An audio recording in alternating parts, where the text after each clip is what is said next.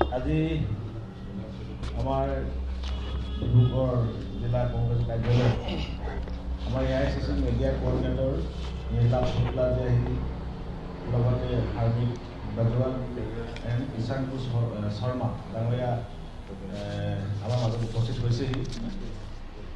আৰু বৰ্তমান আমাৰ অসমত কিছুমান জ্বলন্ত সমস্যাসমূহৰ প্ৰতিনিধি দল কংগ্ৰেছৰ তৰফৰ পৰা আপোনালোকৰ আগত কিছুমান কথা মত বিনিময় বা তেওঁলোকে উত্থাপন কৰিব বিচাৰিছে। গতিকেলৈ মই তেওঁলোকক এই সংবাদ মাধ্যমত সম্বোধন কৰিবলৈ। आज हम अपर असम के हालात पर सरकार का ध्यान दिलाने नहीं बल्कि सरकार से जवाब मांगने आए, क्योंकि अब समय आ गया हिसाब मांगने का। इतने वर्षों की सत्ता में होने के बावजूद हालात जस के तस नहीं बल्कि बद से बदतर और खराब हो चुके हैं। हम अगर अपर असम की बात करें तो यह कोई पिछड़ा इलाका नहीं है, यह वही क्षेत्र है जो चाय, तेल, गैस और जंगलों से पूरे असम की अर्थव्यवस्था को चलाता है। लेकिन बदले में अपर असम को क्या मिला है, बहुत बड़ा सवाल, बड़ा प्रश्न चिन्ह खड़ा करता है। बाढ़, बेरोजगारी, बीमारी, उपेक्षा, पिछड़ापन। बाढ़ प्राकृतिक आपदा है, लेकिन आपदा प्रबंधन किसकी जवाबदारी है? सरकार की। यही सरकार की स्थायी विफलता है। हर साल वही तस्वीर, बाढ़ ब्रह्मपुत्र उफान पर, घर बहते हैं, खेत नष्ट होते हैं, लोग सड़क किनारे शरण लेते हैं, नदी कटावों से घरों की आजीविका सबकी नष्ट हो जाती है। सरकार से सवाल है, क्या बाढ़ कोई नई समस्या है या आज की समस्या है? वर्षों से समस्या चली आ रही, लेकिन कोई स्थायी समाधान नहीं किया जा रहा है। एक बड़ा सवाल प्रश्न खड़ा होता है। तटबंध टूटते हैं, मरम्मत होती है, भ्रष्टाचार होता है, फिर टूटते हैं। यह आपदा नहीं, सरकारी लापरवाही का एक दुष्चक्र। स्थायी समाधान इसका आज तक नहीं निकाला गया। पुनर्वास के नाम पर सिर्फ भ्रष्टाचार होता है, घोषणाएं होती, लोग आज भी बेघर है, सड़कों पर है, प्रभावित आज भी सड़कों पर है। अब बेरोजगारी की बात करें, बेरोजगारी चरम पर है। संसाधन है, अपर असम में तेल है, गैस है, चाय उद्योग है, फिर भी युवा बेरोजगार क्यों है, ये भी एक बड़ा प्रश्न है। ONGC है, ऑयल रिफाइनरी है, सब यही है, लेकिन स्थायी युवाओं को नौकरी नहीं है। अब सरकार बताए बार बार वादों के बाद भी ऊपरी असम में भर्ती प्रक्रिया विलंबित क्यों हो रही है, और संविदा जो नौकरी है उसमें सुरक्षा नहीं है। स्थानीय भर्ती नीति क्यों नहीं हो रही है? ठेके और नौकरियां बाहर वालों को क्यों? युवाओं का पलायन मजबूरी बन गया है। देखो, असम की समृद्ध परंपरा है, लोगों का असम की माटी से जुड़ाव है, यहाँ की परंपरा से जुड़ाव है, लेकिन रोजगार के अभाव में युवाओं को दिल पर पत्थर रखकर अपनी माटी से, अपने घर से, अपने प्रदेश से बाहरी प्रदेशों में जाना पड़ता है। बड़ा प्रश्न उठता है इस चीज को लेकर। ये विश्वास नहीं है, युवाओं के साथ विश्वासघात है। चाय बागान अपर की एक पहचान है, न्यूनतम समर्थन मूल्य सही ढंग से न हो पाना, लेकिन और चाय उगाने वाला मजदूर आज भी शोषित है। खाद की बढ़ती कीमतें, न्यूनतम मजदूर से भी कम वेतन मिलता है मजदूर को। परिवार का पोषण कैसे करें? कुपोषण, एनीमिया इनका भाग्य बन चुके हैं ये पीड़ित लोग। क्या चाय मजदूर नागरिक नहीं है? क्या उनका जीवन इतना सस्ता है? चाय से अरबों की कमाई होती है, लेकिन मजदूर आदमी झोपड़े में जीता है, ये शर्मनाक है। तेल रिसाव, गैस ब्लॉट, फिर प्रदूषण, ये दुर्घटना नहीं, लापरवाही का परिणाम है। नदियाँ जहरीली हो रही है, जमीन बंजर हो रही है। सरकार सवाल है, पर्यावरण ऑडिट क्यों नहीं हो रहा? ये भी एक बड़ा प्रश्न है। मुआवजा और स्वास्थ्य संबंधी जांच क्यों नहीं? कंपनियों को खुली छूट, जनता को बीमारी, यह विकास मॉडल नहीं, ये स्वीकार नहीं है। स्वास्थ्य सेवाएं नहीं है, डॉक्टर का अभाव, स्टाफ का अभाव, उपकरण नहीं, दवाइयाँ नहीं है, लोगों को निजी अस्पताल में इलाज के लिए जाना पड़ रहा है। जल जीवन मिशन भ्रष्टाचार की भेंट चढ़ चुका है। सरकारी स्कूलों को बंद करने और आपस में मर्ज करने छात्र छात्रों का भविष्य असुरक्षित हो गया, शिक्षा प्रभावित हुई है। नशाखोरी एक चरम समस्या है, नशे का व्यापार एक बड़ी समस्या है। सामाजिक असुरक्षा जनता को विचलित कर रही है, भयभीत कर रही है, ये भी एक बड़ा प्रश्न है। आज हम असम को उठाने के फिर यहाँ खड़े हैं। अहोम, मोरान, मोतक, कोच, रागबाजी, चुटिया और चार जनजातियों को अब तक सिर्फ आश्वासन मिले, लेकिन संवैधानिक अधिकार नहीं। हर चुनाव में वादे तो किए जाते हैं, लेकिन कभी असल फैसला नहीं होता। इस चुप्पी और विलंब का सबसे बड़ा नुकसान इस समुदाय के युवाओं को हो रहा है, जो शिक्षा और रोजगार में बराबरी का हक पाने से आज तक वंचित हैं। हम स्पष्ट करना चाहते हैं, 6 कम्युनिटी का अधिकार किसी और का अधिकार छीनना नहीं है। अब और इंतजार नहीं किया जा सकता। सरकार को पारदर्शी और समयबद्ध निर्णय देना ही होगा। यह सिर्फ वोट बैंक का मामला नहीं है। महिलाओं का आत्मनिर्भर बनाने का ढिंढोरा पिटाया जाता है। 1200-1300 रुपए महीने में, ऊंट के मुंह में जीरे के बराबर। इस महंगाई में 1200-1300 में क्या होता है? यह सिर्फ चुनावी प्रबंधन है, उसके अलावा कुछ भी नहीं है। इसमें भी अनियमितता पाई गई। असम में तहसीलदार के नाम पर BLO को दबाव बनाया जा रहा है। उनके ऊपर पेशे बनाया जा रहा है। भाजपा जिन इलाकों में वोट भाजपा को नहीं मिलते वहाँ पर नाम कम कटवाए जा रहे हैं, ये अगला षड्यंत्र चल रहा है। हम साफ कहना चाहते हैं असम कोई कॉलोनी नहीं है, यहाँ के लोग भी सम्मान के अधिकार है। हमारी मांग स्पष्ट है, स्थायी बाढ़ का समाधान, स्थानीय युवाओं को रोजगार मिले, चाहे मजदूरों को न्याय मिले, पर्यावरण की सुरक्षा हो, मजबूत स्वास्थ्य हो, शिक्षा व्यवस्था हो। अगर सरकार ने अपर असम को नजरअंदाज किया तो ये आवाज और तेज होगी। अपर असम को दया नहीं चाहिए, न्याय चाहिए। हर बात की जनता आपको बुलावे में नहीं और झूठे वादों में नहीं आई। आज जनता की आवाज बन गई, वक्त सत्ता सवाल मांगेगा। सरकार चुप है, जवाब देने को तैयार नहीं है। आपने वोट चोरी करके, सरकारी मशीनों का मशीनरी का दुरुपयोग करके, धार्मिक उन्माद फैला करके, झूठे वादे करके सत्ता तो हासिल कर ली, लेकिन आज जनता विषयों पर बात करना चाहती है, रोजगार पर बात करना चाहती है, किसान अपनी आय पर बात करना चाहती है, महिला अपनी सुरक्षा पर बात करना चाहती है, युवा अपने शिक्षा रोजगार पर बात करना चाहते हैं, लेकिन सरकार चुप है। हमारा दायित्व है, हम सत्ता को आईना दिखाना, सवाल पूछना। हम सत्ता सवाल पूछेंगे, हम तो आईना है, चेहरे के दाग दिखाएंगे। आपको पसंद नहीं, आप सामने चढ़ जाए। सबसे बड़ा एक विषय अभी आया है, अमित शाह जी अभी आए थे यहाँ पर भाई, तो असम वासियों को एक इन्होंने कहा कि इसका कुछ दिन पहले देखिए डिब्रूगढ़ में अमित शाह ने घोषणा की कि असम में बाढ़ को रोकने के लिए 15 बृहद जलाशय बनाए जाएंगे, जिसके लिए करोड़ों रुपए खर्च होंगे। अब मेरी बात समझ ये नहीं आ रहा कि नदी क्षेत्रों से दूर जो जलाशय बनेंगे उनमें ब्रह्मपुत्र नदी का पानी किस तरह आएगा, ये बड़ा प्रश्न है। क्योंकि नदी को पानी को बांधने के लिए बांध बनाए जाते हैं। अब बांध के ऊपर से जो पानी आएगा तो यह देख कर तो नहीं आएगा कि अमित शाह ने कहा कि जलाशय कहाँ बनाना है। और यदि ब्रह्मपुत्र नदी में बाढ़ के पानी को जलाशय में भरा जाएगा तो विशाल के पानी के पंप का इस्तेमाल होगा, इसमें हर वर्ष बिजली लगेगी, खपत कितनी होगी। साथ ही एक बात कि ब्रह्मपुत्र नदी में लाखों क्यूबिक लीटर पानी आता तो क्या उससे किसी जलाशय में भर सकते हैं? ये बड़ा हास्यास्पद उन्होंने बयान दिया है। ये तो वही बात हुई कि सागरों गागर में भरे, एक साधारण सा व्यक्ति भी उसको समझ सकता है कि नदी का पानी जलाशय में कैसे आएगा। मजेदार बात यह है कि भाजपा आम जनता को विभिन्न सरकारी योजनाओं से नाम हटाने की बातें कर सभाओं में जमा करते हैं और अद्भुत योजनाओं की घोषणा करते हैं। समझ से परे है। विशाल जलाशय बनाने में यदि भाजपा ब्रह्मपुत्र नदी का खनन करने से योजनाएं बनाती और सब बाढ़ असम वासियों की सुरक्षा होती तो बल्कि जलमार्ग से जहाजों का आवागमन भी होता तो हजारों लोगों को रोजगार मिलता। लेकिन असम के मुख्यमंत्री और ये सब ने इसका एक भ्रम का वातावरण बना दिया और एक झूठी घोषणा कर दी, इसका कोई औचित्य नहीं है। अब मैं मेरी साथी मीडिया कोऑर्डिनेटर अमित कौर जी बावे से कहूँगा वो आपको संबोधित करें। धन्यवाद मीलक जी। मेरे यहाँ पे बैठे पत्रकार साथियों को मेरा नमस्कार और पैनल में बैठे सभी साथियों को भी नमस्कार। असम में चुनाव दस्तक दे रहे हैं।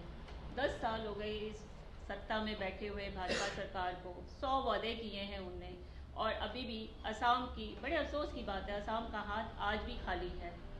100 वादे करते हैं, खोखले वादे करते हैं। अपर असम जहाँ पे चाय के बागान है, तेल है, कोयला है, मेहनती लोग हैं, पर फिर भी बेरोजगारी है, पलायन है, असुरक्षितता है, करप्शन है। ऐसा क्यों है? आज का युवा फिर नशे की हालत में चूर है क्योंकि काम नहीं है। और जो अपर असम है, तिनसुकिया से लेकर गोलाघाट तक अर्थव्यवस्था की, असम की अर्थव्यवस्था की रीढ़ है। जो अपर असम है उसने भाजपा सरकार को कुर्सी दी, सत्ता दी, बदले में सरकार ने उनको उनकी जाति छीनी, माटी छीनी, उनका अस्तित्व छीना, उनका नाम छीना, उनका पहचान छीनी। आज आम नागरिक भी परेशान है, किसान भी परेशान है, चाय के बागवान में काम करने वाला एक मजदूर भी परेशान है। ये सरकार गूंगी हो चुकी है, पर वो भूल गई है जब जनता की आवाज़ गूंज बन जाती है और जब ये लोकतंत्र में गूंज चाहे देरी से आए पर जब आती है आपकी कुर्सी छीन लेती है, आपको सत्ता से उतार कर बाहर फेंक देगी। मेरे साथियों, आज हम डिब्रूगढ़ में हैं, जल जीवन मिशन के बारे में बात करते हैं। हर घर जल के वादे के साथ लॉन्च किया गया था, लेकिन डिब्रूगढ़ में यहाँ पर हर घर घोटाले का एक प्रतीक बन गया है। कागजातों में दिखाया गया है कि इसमें करोड़ों रुपए का फंड इस्तेमाल हुआ है, पर 90% इसका काम अधूरा है। कई इलाकों में कहीं भी नलों में पानी नहीं है और ठेकेदारों द्वारा किए गए पेमेंटों में भी घोटाला है। ये फंड कहाँ जा रहा है? कहाँ गलत इस्तेमाल किया जा रहा है? डिब्रूगढ़ के ज़िले में ब्रह्मपुत्र नदी के किनारे में बसा है। बारिशों का मौसम से शहर की पूरी सड़कें पानी से भर जाती हैं। देखो, बाढ़ का पानी तो रोका नहीं जा सकता, ये प्रकोप रोका नहीं जा सकता। हम अमित शाह की तरह तो है नहीं है जो वादा कर सके जी बाढ़ रोक देंगे, वो महान है, हम नहीं हैं। पर प्लानिंग तो ठीक से हो सकती है, ड्रेनेज सिस्टम तो ठीक हो सकता है, ये भी नहीं है। ये बाढ़ हर साल आती है कि कभी कभी आई, आप प्लानिंग क्यों नहीं करते हैं? हर साल आने वाली बाढ़ और नदी का कटाव घरों और आजीविकता को नष्ट कर देता है, फिर भी कोई समाधान नहीं है। राहत अक्सर देरी से आती है, मुआवजा पर्याप्त नहीं होता और रिहेबिलिटेशन योजनाएं काफ़ी हद तक सिर्फ कागजों तक रह जाती है और सरकार सुनती नहीं है। डिब्रूगढ़, जो टी सिटी ऑफ इंडिया कहा जाता था, आज जहाँ पर चाय के बागान में काम करने वाला एक मजदूर हो या चाय का उत्पादक हो, दोनों ही परेशान हैं। चाय में काम करने वाला जो एक मजदूर है, उसने इस सरकार से कितनी बार गुहार लगाई कि मेरी आय बढ़ाई जाए। पिछले चुनाव में वादा किया गया था कि उनकी आय 551 रुपये करेंगे और 1 रुपया नहीं बढ़ा है, जब दूसरे चुनाव भी आ गए हैं। कांग्रेस की सरकार ने 90 से 250 रुपये करे थे, इस सरकार ने 1 रुपया भी नहीं बढ़ाया है। सिर्फ एक मजदूर नहीं परेशान है, जो उत्पादक है, चाय का बागान का उत्पादक है, वो भी परेशान है। फर्टिलाइजर यूज होता है, किसान हो या चाय के उत्पादक हो, सब परेशान हैं। ना उसको लागत मिलती है, अपने वो फसलों को हो या चाय की पत्तियों को हो, सड़क पे फेंक देता है, जबकि उसको लागत नहीं मिलती है। उसको कमाना क्या है उसने? वो कब से बोल रहा है कि एमएसपी लागू करी जाए। एमएसपी क्यों नहीं लागू करी जा रही? स्वामीनाथन रिपोर्ट को क्यों नहीं लागू किया जा रहा है? सरकार बताती क्यों नहीं है? आज हम अपर असम में बैठे हुए हैं तो हम 6 समुदाय के बारे में बात तो जरूर करेंगे। इस सरकार ने, मोदी जी ने 1 दशक पहले बोला था कि 6 महीने में हम इनको अनुसूचित जातियों में डालेंगे। यहाँ के मुख्यमंत्री जी ने कहा था कि 5 सालों में डालेंगे, कि 12 साल हो गए हैं, वो आज भी सड़कों पे उतरे हुए हैं, अपना हक मांग रहे हैं। वो अपना हक मांग रहे हैं, कोई खैरात नहीं मांग रहे हैं। 10 साल के आपने वादे किए थे और 10 सालों में जब आपने उनका संवैधानिक अधिकार पूरा नहीं करा है, ये एक विश्वासघात है। उनको अपना अधिकार दीजिए। झारखंड में भी जो अनुसूचित जाति थी, उनका वादा पूरा किया गया है। और साथियों, बेरोजगारी, मेरे साथी ने सारी बातें करी हैं। बेरोजगारी यहाँ पे चरम सीमा पर है। देखा जाए तो इंडस्ट्री क्यों नहीं खड़ी करी जाती, मैन्युफैक्चरिंग यूनिट क्यों नहीं बनाया जाता, प्रोडक्शन हाउस क्यों नहीं बनाया जाता है? रोजगार है नहीं है तो रोजगार बनाए तो सही। रोजगार नहीं बनाते हैं तो युवा फिर नशे की हालत में चला जाता है। सरेआम नशा मिल रहा है। तो यहाँ पे क्या नशे की तस्करी हो रही है कि जो ना प्रशासन पकड़ रहा है, ना एनफोर्समेंट पकड़ रही है, और जो बच्चे हैं नशे की हालत में चूर है। क्या हम ये उड़ता असम बनाना चाहते हैं? ना परिवार टूट रहा है, बच्चे परेशान हैं, पलायन अलग करा जा रहा है, और एजुकेशन है। ये एक ऐसी सरकार है, नहीं तो पूरे दुनिया में लोग एजुकेशन में फंड बढ़ाते हैं। ये ऐसी सरकार है जो स्कूलें बंद कर रही हैं। हायर एजुकेशन में तो आपने कभी कुछ करा नहीं है। आप सेकेंडरी भी बंद कर रहे हैं, प्राइमरी भी बंद कर रहे हैं, सरकारी भी बंद कर रहे हैं। आपके बच्चे बाहर विदेशों में पढ़ते हैं और हमारे बच्चे सरकारी स्कूल में भी ना पढ़ सके। आपके पास पैसा है, आप भेजते हैं। आप स्कूल खोलिए, तभी तो रोजगार बनेगा। ऐसा लगता है ये सरकार ना बच्चों को युवाओं को अनपढ़ रखना चाहती है, तभी तो ये भक्त बनते हैं। ना पढ़ेंगे लिखेंगे, सवाल पूछेंगे तो अनपढ़ ही रहे। फिर हेल्थ सेक्टर की बात करें, जो एजुकेशन भी है, आपको मैं बताऊं, मैं आंकड़ों की बात करूं, नीति आयोग की आंकड़ों की बात करूं, जो असम है, पूरे देश के जो आखिरी 5 प्रदेश आते हैं, असम में उसका नंबर 26वां है। अब हेल्थ सेक्टर की बात करें, अस्पताल है ही नहीं है। अस्पताल जो बने थे कांग्रेस के टाइम में बने थे, आज ना डॉक्टर है, ना स्टाफ है, ना इक्विपमेंट है, ना मेडिकल फैसिलिटीज है। बड़ा इलाज करना हो तो गुवाहाटी जाना पड़ता है या असम से बाहर जाना पड़ता है। जो नीति आयोग की फिर बात करें, असम फिर पिछले 5 प्रदेशों में आता है। इसका स्थान 26वां स्थान है इसका। फिर ये योजनाएं शुरू करते हैं। योजनाएं जो शुरू करते हैं, ये अनुदाय योजना शुरू करी, 1250 देने की योजना शुरू करी। आपको पता है इसका भार ये असम की बजट पर कितना पड़ता है? इसी सरकार ने इल्ज़ाम लगाया था कि एक बड़ी कांग्रेस के ऊपर इल्ज़ाम लगाया था कि 10,000 करोड़ का ऋण है सरकार के ऊपर, और आज की डेट में 1.75 करोड़ का ऋण है इस प्रदेश में। ये पैसा जो ये मोदी जी जहां दूसरी सरकारें करते हैं तो बोलते हैं कि जी रेवड़ी है, इनको एक नया फॉर्मूला बन गया है कैसे वोट को खरीदा जाए। ये एक वोट खरीदते हैं, पर ये जो योजनाओं में जो पैसा लगता है वो आपके और मेरे पैसों से लगता है। जैसे इन्होंने टोल टैक्स बढ़ा दिया, टोल टैक्स भी बनाने का एक नियम होता है। ये क्या कर रहे हैं, टोल टैक्स बढ़ा रहे हैं, आपके और मेरे पैसे ले रहे हैं, हर जगह ये यही कर रहे हैं। भाइयों, ऐसी बात है, सरकार प्रचार से नहीं चलती है, बड़े बड़े पोस्टर लगाने से, चेहरे चमकाने से नहीं चलती है, जवाबदारी से चलती है। अगर आपके पास जवाब नहीं है तो आपको सत्ता में रहने का कोई अधिकार नहीं है।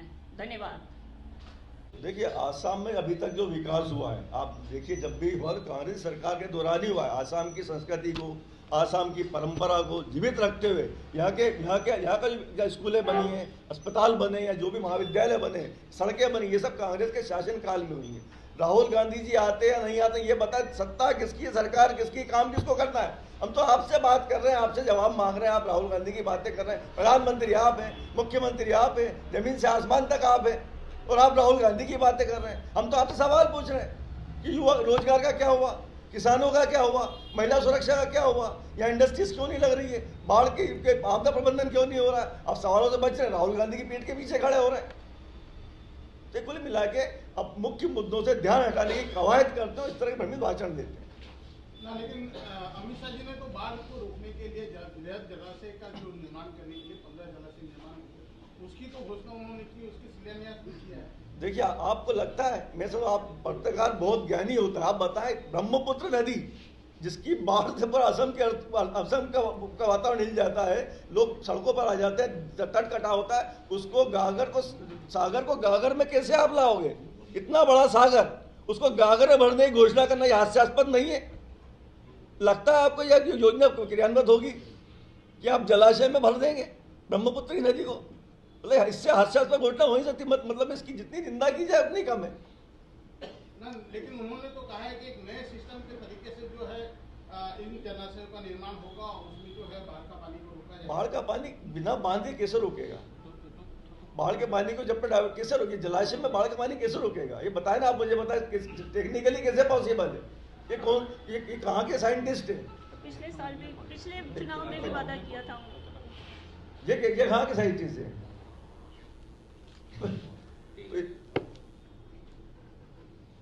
हम 17 साल सत्ता में रहा जी, लेकिन जो 3 ट्राइब्स का जमीन है, जमीन के लिए आप लोग का कोई कुछ दिन चिंता नहीं कि अभी वो जिस सरकार है वो जमीन के लिए पट्टा देने के लिए बात कर रहे हैं, आप लोग कोई चिंता नहीं किया? क्या बोलेगा? मेरी बात सुनिए, पट्टा देने की इन्होंने बात करी, अभी तक पट्टे दिए क्यों नहीं है? कितनों को पट्टे मिल गए? इन्होंने कहा कि भूमिहीनों को भूमि देंगे, इन्होंने वादा किया था, तो कितनों को भूमि दे दी गई अभी तक? पता है आप, ये सिर्फ थोती और घोषणाएं करते हैं और अपनी कमियों का ठीकरा कांग्रेस के माथे फोड़ता है। ये इनकी परंपरा बन चुकी है।